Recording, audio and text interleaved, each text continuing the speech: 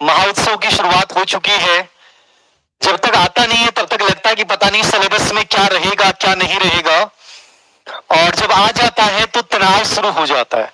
नहीं आता तो वैसे तनाव है, किसी सिलेबस नहीं आया, कब आएगा, क्या होगा, कुछ समझ में नहीं आ रहा। और जब आ गया तो वो तनाव शुरू हो जाता है कि सर क्या पढ़ना है, कैसे पढ़ना है, क्या होगा, क्या मैं अच्छा कर पाऊंगा कि नहीं कर पाऊंगा। ऐसे हजारों सवाल हमारे दिमाग में चलते हैं। शुरुआत करूंगा, एक एक चीज बताऊंगा, पूरा एनालिसिस करूंगा पूरे सिलेबस का। मेरे अकॉर्डिंग बेटर क्या हो सकता है बताऊंगा निष्पक्ष रूप से। तुम क्या कर सकते हो बताऊंगा निष्पक्ष रूप से। डरने की आवश्यकता नहीं है। जिंदगी में हमेशा एक बात याद रखना, कौन क्या कहता है मुझे नहीं फर्क पड़ता। आपको डराया भी जाएगा, आपको अनावश्यक रूप से भ्रमित भी किया जाएगा, हजारों प्रकार के वीडियो भी आएंगे, लेकिन एक बात याद रखना, अपने अंतर्मन की सुनते हुए एक दिशा में आगे बढ़ना। 46,500 की वैकेंसी है और तुम इस अवसर को खोते हो, तो इसके लिए जिम्मेदार ना कोई कोचिंग इंस्टीट्यूट होगा, ना कोई मार्गदर्शक होगा, न तुम्हारे पेरेंट्स होंगे, केवल और केवल तुम खुद जिम्मेदार होंगे, याद रखना। और सिलेबस आपका इतना बड़ा सिलेबस नहीं है जितना इसको बताया जाएगा, जितना इसके नाम से जाएगा। मैं ये समझता हूं कि बहुत आसान है, बहुत आसान है। यदि थोड़ा सा समझ पाए तो बहुत आसान है। शुरुआत करूंगा। सभी को नमस्कार। चंद लाइनों के साथ। आज तेरे हालात खराब हैं, आज तेरे हालात खराब हैं, पर तू एक दिन बुलंदियों को छुएगा, मेरी ये बात समझ। मौका मिलता नहीं, लहरों की तरह रास्ता बनाना पड़ता है, मेरी ये बात समझ। न जाने तू कितना श्रेष्ठ है, तुझमें कितनी खूबियां हैं, मेरी ये बात समझ। जिंदगी के इस पड़ाव से, जिंदगी के इस से, बेरोजगारी के इस हलचल से तुम्हें लड़ना है, तुम्हें खेलना है, भागना नहीं, मेरी ये बात समझ। जो आज तुम्हें अवसर मिला है, जो आज तुम्हें अवसर मिला है, उसमें अपना सर्वश्रेष्ठ देना जिंदगी का यही इशारा है, मेरी ये बात समझ, मेरी ये बात समझ। तू सर्वश्रेष्ठ था, तू है, तू रहेगा। ये अलग बात है कि तुम्हारे पंख लोगों ने काटने की कोशिश की है, लेकिन मैं उन पंखों को आवाज दूंगा, याद रखना। कॉन्फिडेंस, सकारात्मकता, सही रणनीति और सही पुस्तकें जिंदगी में इंसान को कहीं भी पहुंचा सकते हैं। अभी तुम्हारे ऊपर निर्भर करता है कि तुम इस जंजाल में फंसकर अपने इन पंखों को समेट लेते हो, या इस खुले आसमान में अपने सपनों को लिए इस सिलेबस को समझते हुए एक सही दिशा में लहरों की तरह दौड़ते हुए तुम अपने सपनों को प्राप्त करने में सफल होते हो कि नहीं होते हो। सिर्फ जिम्मेदार भी तुम होंगे, सफलता के लिए भी और असफलता के लिए भी। सिलेबस को मैं पूरा एनालिसिस करूं। मैं सिलेबस आने के बाद लगातार इसी चीज को लेकर कंप्लीटली एक चीज को मैं देख रहा था कि क्या चीजें कैसे हो सकती हैं, क्या चीजें कैसे पढ़नी चाहिए। याद रखना, आपकी क्या राय है मैं नहीं जानता, मेरे बारे में स्पेशली, ठीक है। मेरी आपके बारे में एक राय है कि तुम सब में एक पोटेंशियल है, तुम सब में एक संभावना है, बस उस संभावनाओं को पंख देने का एक छोटा सा प्रयास है। आज के इस डिस्कशन के माध्यम से एक एक चीज को समझाऊंगा। लेवल फर्स्ट और लेवल सेकंड दोनों बच्चे, बहुत बड़ा सिलेबस है, बहुत बड़ा सिलेबस तो नहीं है। आवाज फट थोड़ी रही है, देखना एक बार, वो आवाज थोड़ा वैसे कम कर देना इस पे। मैंने कहा था स्टूडियो में एक बार देखते हैं। नमस्कार, बहुत खुशी हो रही है सर। देखिए, जिंदगी में वही चीजें हैं कि आप इस चीज को आपदा समझते हैं या इसको अवसर समझते हैं। जो एक बच्चा होगा वो इसको एक अवसर समझेगा, और एक बच्चा हो सकता है इसको आपदा समझ ले कि सर इतना बड़ा सिलेबस भी कोई जारी करते हैं क्या। सिलेबस को तुम समझोगे ना तो ये इतना बड़ा है ही नहीं। अब तुम मोटी मोटी किताबें लाकर तुम उसमें उलझना चाहो तो अलग बात है। बाकी मुझे लगता है कि आवाज सही आ रही है ना सभी, चलो ठीक है, आवाज सही आ रही है। समझिएगा, मैं एक चीज को एनालिसिस कर रहा हूं, बड़े आराम से एक चीज को समझिएगा। लेवल फर्स्ट और लेवल सेकंड, लेवल फर्स्ट और लेवल सेकंड दोनों की जीके का जो सिलेबस है, साइकोलॉजी का जो सिलेबस है, सूचना तकनीकी का जो सिलेबस है, वो सेम है। यानी राजस्थान जीके का पूरा सिलेबस लेवल फर्स्ट में भी वही है, लेवल सेकंड में भी वही वही है, ठीक है। साइकोलॉजी लेवल फर्स्ट में भी वही है, लेवल सेकंड में भी वही है। सूचना तकनीकी आईटी लेवल फर्स्ट में भी वही है, लेवल सेकंड में भी वही है। शैक्षिक परिदृश्य लेवल फर्स्ट में भी वही है, लेवल सेकंड में भी वही है। फर्क कहां पे आता है? लेवल सेकंड में आपके 120 नंबर का आपका सब्जेक्ट हो जाएगा। टीचिंग मेथड जो है वो लेवल फर्स्ट में सभी विषयों के आ जाएंगे, लेवल सेकंड में जिस विषय के आप टीचर बनना चाहते हो उसी का आ जाएगा। यानी लेवल सेकंड में जब आप तैयारी कर रहे हैं तो आपको जीके को तो ध्यान देना ही है, लेकिन आपके सब्जेक्ट का एक बड़ा रोल रहेगा, टीचिंग मेथड का एक बड़ा रोल रहेगा, याद रखना। तो कहीं ना कहीं हमें संतुलन बना के चलना है, कहीं ना कहीं हमें समझ बनानी पड़ेगी कि मुझे किन चीजों को ध्यान देना है, किन चीजों को इग्नोर करना है। याद रखना, महीने कभी कम नहीं होते हैं और ज्यादा समय आप लोगों के पास नहीं है, ज्यादा समय नहीं है। सटीक तरीके से चलोगे तो अच्छा कर पाओगे, वरना अच्छा नहीं कर पाओगे। सिंपल सी बात याद रखना। कल से नहीं, आज से, अभी से इस सिलेबस को अपने स्टडी टेबल पे लगा लीजिएगा। एक एक एनालिसिस जो मैं करवा रहा हूं उसके अकॉर्डिंग जो मैंने आपको पहले बताया था, सेम बुक्स पढ़नी है। यही सिलेबस सेकंड ग्रेड का है, यही सिलेबस लगभग ग्रेड फर्स्ट में राजस्थान वाला जो पार्ट है वो ग्रेड फर्स्ट में जुड़ता है। आप वीडियो, एलडीसी, कोई भी राजस्थान की एग्जाम की तैयारी करोगे, यह सिलेबस आपको हर एग्जाम में पढ़ना पड़ेगा। मतलब ग्रेड थर्ड का जो सिलेबस है वो राजस्थान की हर एग्जाम से जुड़ा हुआ सिलेबस है, संबंधित सिलेबस है। कुछ भी ऐसा नहीं है कि जो बहुत हटकर हो, याद रखना। जो हटकर है वो शैक्षिक परिदृश्य है। Psychology completely grade second psychology है, कंप्लीटली ग्रेड सेकंड साइकोलॉजी को एज इट इज रखा इन्होंने। केवल ग्रेड सेकंड के एक अंतिम यूनिट जो है उसको हटा दिया गया है। बाकी सेकंड ग्रेड और ग्रेड थर्ड की साइकोलॉजी में कोई डिफरेंस नहीं है। मैं कंप्लीटली चर्चा कर रहा हूं, देखिए एक एक चीज को समझ रहा हूं। आपके ऊपर डिपेंड करेगा, आपके सामने बड़ा प्रश्न रहेगा कि सर कोचिंग करेंगे नहीं करें। सिलेक्शन सेल्फ स्टडी से होगा, किसी भी प्रकार की कोचिंग की कोई जरूरत नहीं है। फिर भी आपको मार्ग निर्देशन के लिए चाहिए और आपको लगता है कोचिंग फायदेमंद है, मेरा रूटीन बन सकता है, पढ़ाने वाला अच्छा है, तो आपकी मर्जी है। ना आपको ऑफलाइन कोर्सेज की जरूरत है, ना आपको ऑनलाइन कोर्सेज की जरूरत है। सबसे पहली जरूरत है कि सर मेरे अंदर संभावना है और मैं ये किताबें लेकर और मैं तैयारी कर सकता हूं, पूर्व एग्जाम के क्वेश्चन पेपर को लेकर तैयारी कर सकता हूं। पहली मेरी बात याद रखना, हर बार मैं यही बोलता हूं, किसी प्रकार के कोचिंग, किसी प्रकार के ऑनलाइन ऑफलाइन की जरूरत नहीं है। ये बात मैं तब बोल रहा हूं जब मैं खुद ऑनलाइन कोर्सेज चलाता हूं, जब मैं खुद ऑनलाइन हर चीज जारी करता हूं। उसके बावजूद मैं कह रहा हूं किसी की जरूरत नहीं है। जरूरत तुम्हें तुम्हारे साथ होने कर है, तुम्हें तुम्हारे आत्मज्ञान की है, तुम्हें तुम्हारी संभावनाओं को जानने और पहचानने की है। बाकी यदि आपको फायदा मिलता है, चाहे ऑफलाइन कोर्सेज हो चाहे ऑनलाइन हो, वो तुम्हारी मर्जी है, याद रखना। बाकी सिलेक्शन सेल्फ स्टडी और सही दिशा से होगा। मार्ग निर्देशन जरूर चाहिए होता है, उससे अपने को थोड़े कम समय में अपन बेटर कर पाते हैं। बाकी ज्यादा ध्यान मत दो कौन क्या बोलता है, फर्क नहीं पड़ता। मस्त रहे, याद रखना। राजस्थान कर्मचारी चयन बोर्ड अजमेर द्वारा एग्जाम आयोजित है, अधीनस्थ सेवा चयन बोर्ड। बड़ा चैलेंज आपके सामने ये रहेगा कि इसकी प्रकृति को समझना है, ठीक है, इसके क्वेश्चन पेपर को समझना पड़ेगा।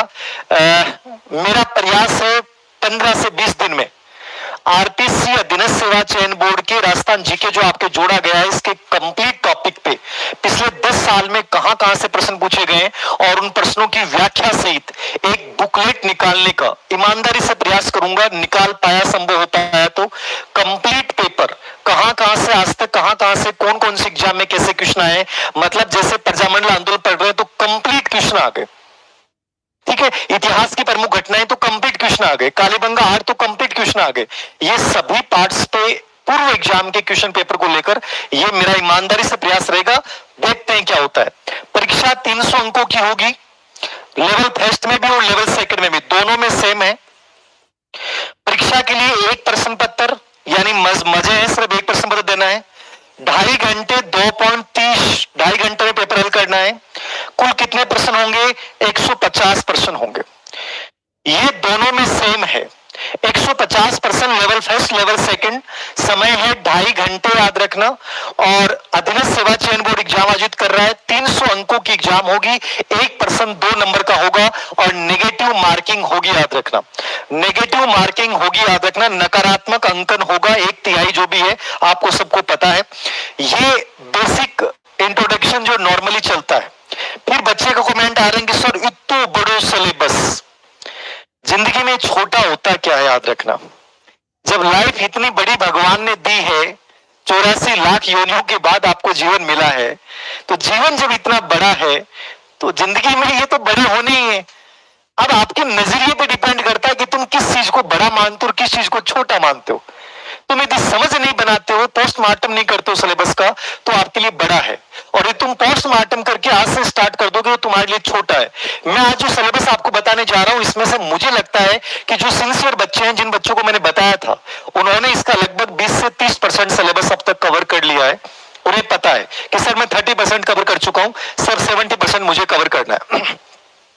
नॉर्मलाइजेशन के बारे में ब्रजेश जी, दिनेश माध्यमिक शिक्षा बोर्ड नॉर्मलाइजेशन नहीं करना चाह रहा। दबाव बनेगा तो कर सकता है, करना नहीं चाह रहा। बाकी आपके दबाव पे डिपेंड करता है। हिंदुस्तान दबाव मांगता है, लोकतंत्र दबाव है। कई बच्चे कहते हैं कि सर ये मांग।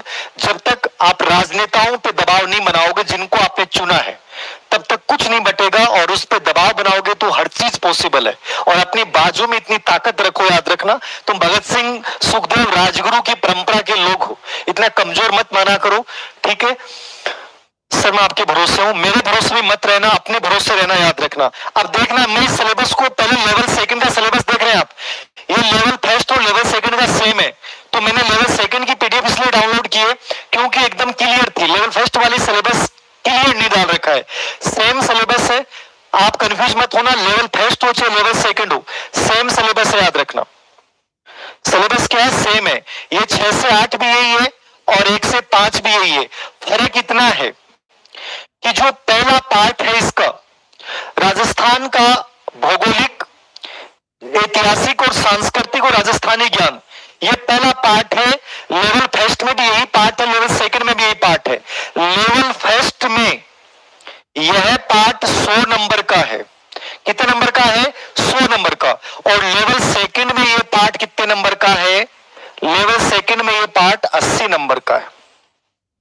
मतलब हमें इतना समझना है कि राजस्थान का भौगोलिक, ऐतिहासिक, सांस्कृतिक और राजस्थानी भाषा, ये लेवल फर्स्ट में 100 नंबर की आएगी और लेवल फर्स्ट में 80 नंबर की आएगी। लेवल सेकंड में 80 नंबर की और लेवल फर्स्ट में 100 नंबर, मतलब उसके अकॉर्डिंग वेटेज हो जाएगा। अब देखिए, सबसे पहले अपन भूगोल की चर्चा कर रहे हैं। राजस्थान का भूगोल यही सेकंड ग्रेड में पढ़ना है और यही इसमें आ रहा है, कंप्लीट लगभग वो चीज है। क्या पढ़ना है अब मुझे बताने की जरूरत नहीं है, ये सब टॉपिक राजस्थान बोर्ड की एनसीईआरटी की वर्तमान किताबें हो या पुरानी वाली किताबें मिल जाएं। वर्तमान किताबों में शायद आपको नहीं मिले, 20-21 वाली किताबों में, राजस्थान बोर्ड वाली किताबों में ये सब टॉपिक दे रखे हैं। मैंने देखा एज इट इज अभी किताबों में ये सब टॉपिक राजस्थान की भूगोल के उन किताबों में डाल रखे हैं, कंप्लीट डाल रखा है। फिर भी तुम गाइड लेके आना चाहते हो, किताब लेके आना चाहते हो, पहले रेफरेंस किताब चुनना। आप किताब चुन सकते हैं, इसमें हरि मोहन सक्सेना का नया एडिशन। उसके बाद आपके पास यदि कोई भी गाइड हो, चाहे वो लक्ष्य, पेनोरमा, आरबीडी, कोई भी गाइड हो आपके पास, धरोहर कोई भी हो, आप किसी से भी पढ़ सकते हो, जहां आप कंपेयर करेंगे। बेटर मेटर डाल रखा है। इसके पूर्व एग्जाम के क्वेश्चन पत्र की मैं बुकलेट निकाल रहा हूं, complete NCERT base plus question paper. Monsoon तंत्र, राजस्थान का भौगोलिक स्वरूप, राजस्थान बोर्ड की 2020-21 वाली किताबों में बहुत शानदार। मानसून तंत्र, जलवायु, किसी भी किताब में पढ़ लेना, सब टॉपिक बढ़िया मिलेंगे। राजस्थान की वन संपदा, वन्य जीव जंतु, वन्य जीव संरक्षण अभ्यारण्य, मृदाएं व मृदा संरक्षण, राजस्थान की प्रमुख फसलें, जनसंख्या, ये मतलब ये बताने की मुझे जरूरत नहीं है। मतलब राजस्थान ज्योग्राफी आपको कंप्लीट तैयार करनी है। और राजस्थान ज्योग्राफी के लिए मैंने पहले बोला है, यदि आपके पास राजस्थान 20-21 वाली किताबों को देख सकते हैं तो उनमें सभी टॉपिक्स डाल रखे हैं। उनको नहीं देख सकते, हरि मोहन सक्सेना, हरि मोहन सक्सेना नहीं, आरएस भल्ला की गाइड मिल जाए तो बहुत बेटर किताब है। पीसीबी से आती थी पहले, मुझे नहीं पता। और वरना आप कोई भी गाइड संभाल लीजिए, देख लीजिए, सब अच्छी आती है, याद रखना। बस वो गाइड अपडेट हो, करंट हो, क्योंकि ज्योग्राफी बदलता है, ये याद रखना। ज्योग्राफी का सिलेबस है। अब हम बात करें ज्योग्राफी में से, राजस्थान की जनजातियां, जनजाति क्षेत्र, धात्विक, अधात्विक खनिज, राजस्थान की ऊर्जा साधन, परंपरागत, गैर परंपरागत, राजस्थान के पर्यटन स्थल, राजस्थान में यातायात के साधन। मतलब कि ये राजस्थान ज्योग्राफी वाला पार्ट है। और ये लेवल फर्स्ट में अपन ये मानते हैं कि यहां से 100 नंबर का पार्ट है, तो मैं मानता हूं लेवल फर्स्ट में राजस्थान का भूगोल प्रश्न यानी 20 प्रश्न आएंगे 40 नंबर के। और लेवल सेकंड में मैं मानूं कि राजस्थान की ज्योग्राफी से 30 नंबर का यानी कि लगभग 15 प्रश्न यहां से आने चाहिए। आगे संख्या आगे बढ़ सकती है, घट सकती है, लेकिन मैं जहां तक समझ रहा हूं, ये मेरा एनालिसिस है। लेवल फर्स्ट में राजस्थान की ज्योग्राफी 20 परसेंट यानी 40 नंबर का पार्ट है। लेवल सेकंड में 15% लगभग 30 नंबर का पार्ट है। यानी लेवल फर्स्ट में राजस्थान ज्योग्राफी का वेटेज ज्यादा है क्योंकि वहां 100 नंबर है, और लेवल सेकंड में कम रहेगा 30 नंबर, क्योंकि वहां पे जो पर्सन है वो लेवल जो आपका मतलब मार्क्स जो है वो 80 नंबर का पार्ट, तो इसलिए अपन डिवाइडेशन करेंगे तो 30 नंबर का आएगा। सर आवाज फट रही है। अरे यार नहीं फट रही, सही है। आवाज में ज्यादा आ रही है क्या, फट रही है क्या? ज्यादा जोर लगा दी दिखो मई लाग रही था। गुड इवनिंग सभी को, नमस्कार। रास्ता में यातायात के साधन को बताओ सर। रास्ता में यातायात के साधन को मैं बताऊंगा, तू क्या पढ़ा को बताओ। आप भी बताने की जरूरत है कि रास्ता में यातायात के साधन पूरी की पूरी शायद 8वीं क्लास की किताब में चैप्टर रास्ता में यातायात के साधन, पुराने वाली किताबों मुझे ध्यान में पूरा का पूरा चैप्टर है, ये सब पढ़ सकते हो। राजस्थान बोर्ड की बुक्स से यदि तुम तैयार कर सकते हो तो उससे बेटर कोई ज्योग्राफी नहीं है। अब अपने को पता है कि सिलेबस है, ये टॉपिक है, टिक लगा लो। जो भी किताब है उसमें टिक लगा लो कि ये टॉपिक्स पढ़ने, इसके अलावा कुछ नहीं पढ़ना। और पूर्व एग्जाम के प्रश्न पत्र की मैं बुकलेट निकाल दूंगा, उसमें व्याख्या सहित, उसको देख लेना, इनफ है, कुछ नहीं देखना। ज्योग्राफी कंप्लीट, एक किताब लानी है ज्योग्राफी पे, दूसरी किताब नहीं लानी, सिर्फ एक किताब, एक बुक लानी है और पूर्व प्रश्न पत्र देखने। इसके अलावा बार बार उनको अभ्यास करना है। ये राजस्थान का ज्योग्राफी तैयार हो जाएगा, कहीं किसी कोचिंग में जाने की जरूरत नहीं है। पहली बात, जाओ तो बढ़िया बढ़िया टीचर देखो, पढ़ाए तो देख लो। राजस्थान का इतिहास व संस्कृति, ये दूसरा पार्ट है। पहले पार्ट में इतिहास और संस्कृति, यानी कि इसमें इतिहास कम है, संस्कृति ज्यादा है। लेवल फर्स्ट में यहां से फिर से 40 नंबर का पार्ट आएगा, यानी 20 क्वेश्चन आएंगे। लेवल सेकंड में यहां से वही 15% यानी कि लगभग 30 नंबर का पार्ट हो सकता है, ऊपर नीचे हो जाए। मैं जहां तक समझ पा रहा हूं, एनालिसिस कर रहा हूं, उसके अकॉर्डिंग बता रहा हूं, याद रखना। मैं मेरे अकॉर्डिंग एनालिसिस बता रहा हूं, मैं मेरे अकॉर्डिंग एनालिसिस बता रहा हूं। आवाज देखना मुकेश जी, फट रही है क्या? फट रही आवाज, सही आ रही है? इतिहास व संस्कृति, डरना मत, डराया जाएगा लेकिन डरना नहीं है। राजस्थान की प्राचीन सभ्यताएं कालीबंगा, आहड़, गणेश्वर, बालासर, विराट मात्र 1 घंटे में तैयार कर सकते हो।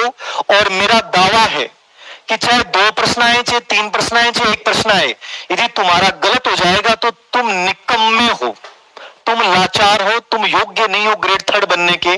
सिर्फ 1 घंटे में इस टॉपिक को तैयार कर सकता, मैं खुद पढ़ा सकता हूं इस टॉपिक को, 1 घंटे ज्यादा समय नहीं लग सकता। इजी सा है, ज्यादा अनावश्यक मैटर नहीं देखना है। बाकी मैं पूरे एग्जाम के प्रश्न पत्र निकाल रहा हूं। रास्ता